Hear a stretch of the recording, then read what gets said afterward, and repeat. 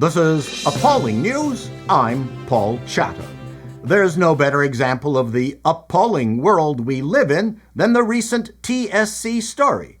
Don't worry, folks, it has a happy ending. No, not the shopping channel. TSC is Tractor Supply Company, and as their name implies, they supply products for the farming and livestock industry. Now, all you city folk who think vegetables come frozen, or your meat is grown on a foam tray covered in cling wrap, and think farmers dress in overalls and always have a wheat stalk sticking out of the gap in their front teeth, don't understand that farming is a huge business and supplies a livelihood to millions of regular people.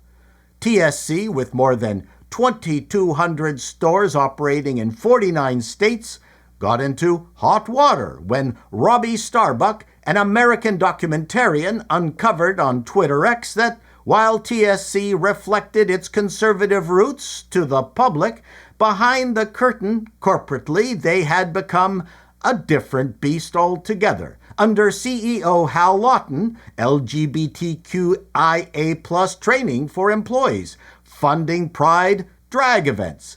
They have a DEI council, funding sex changes, climate change activism, Pride Month decorations in the office, DEI hiring practices, LGBTQIA+ events at work. I would like to draw your attention to the funding for sex changes item. Will they be using farm implements for the operation, like a crop seeder? Maybe a backhoe, spelled without the E? Starbuck did not reveal whether this was part of ESG funding, which lowers the cost of borrowing based on your woke scorecard, but we do know Lawton was submitting DEI progress scorecards to the Human Rights Campaign, which gave TSC a score of 95 out of 100 in 2023's Corporate Equity Index. Now, doesn't that all sound antithetical to TSC's core market of mostly conservative farmers? You bet. And Robbie Starbuck's tweet, posted on June 6th, documenting TSC's secret life, blew up. Now, this wasn't entirely secret. People had been reporting on TSC's sponsorship of drag events for kids already, but it was Starbucks' tweet that went viral and blew the barn doors wide open with millions of views and a massive call to boycott the company. Soon afterwards, CEO Lawton protected his tweets. Is that the same as soccer players covering their sperm injectors during a penalty kick? But give him credit.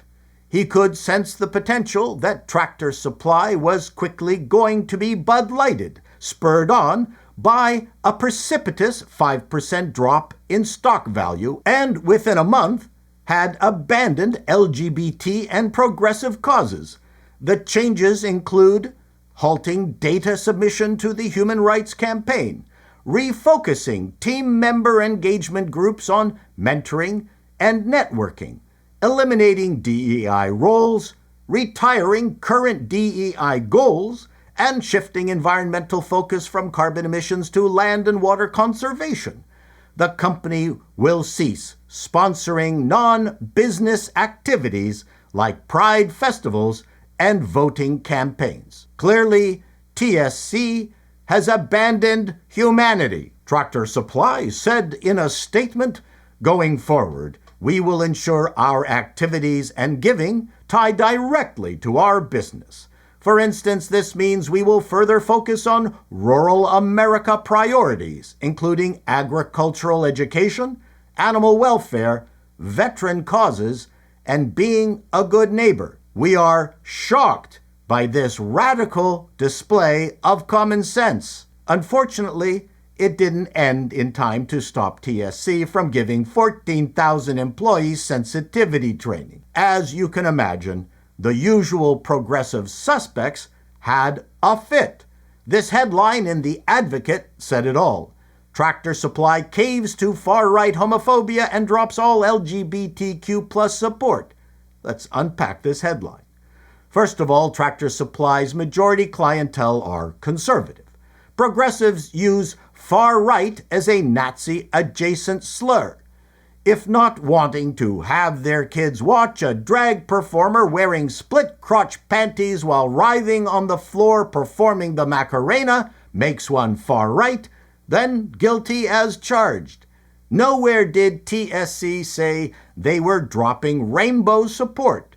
You're just mad that the sycophantic overt display of corporate pandering has been stopped. But the advocate does not know farmers. It doesn't matter if a farmer likes to ride their combine dressed as Ethel Merman while singing show tunes and needs help to bring in the crops. Neighboring farmers will be there to help, no questions asked. Tractor Supply's crime was to bring back the status quo. Seeds and Fertilizer does not care about your gender preference, whether you eat out or in, or skin color. Eric Bloom, VP of Programs for Human Rights Campaign, denounced the move, saying, "How are we going to extort money out of TSC now?" GLAAD President Sarah Kate Ellis said LGBTQ people in rural areas should feel safe in their communities and the stores where they shop. She said Tractor Supply's embarrassing capitulation to the petty whims of anti-LGBTQ extremists puts the company out of touch with the vast majority of Americans who support their LGBTQ friends, family, and neighbors. Yes, of course, now all TSC stores will be ripping down their posters of Tommy Tune and no longer making available seed corn in rainbow shades. This is why there is growing backlash against progressives. They say stupid shit that reveals their own selfish interests. John Boyd, founder of the National Black Farmers Association, also expressed dismay. "I think it's a step backward, especially for black farmers.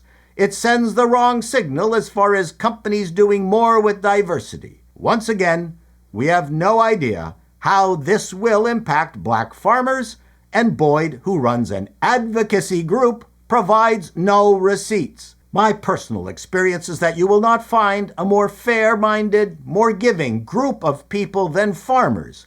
Progressives are fundamentally against fairness and people who work for a living. There is no consultation fee for fairness. That's the issue. This is not a win for far-right extremists. It's a win for common sense and not purposely pitting people against each other.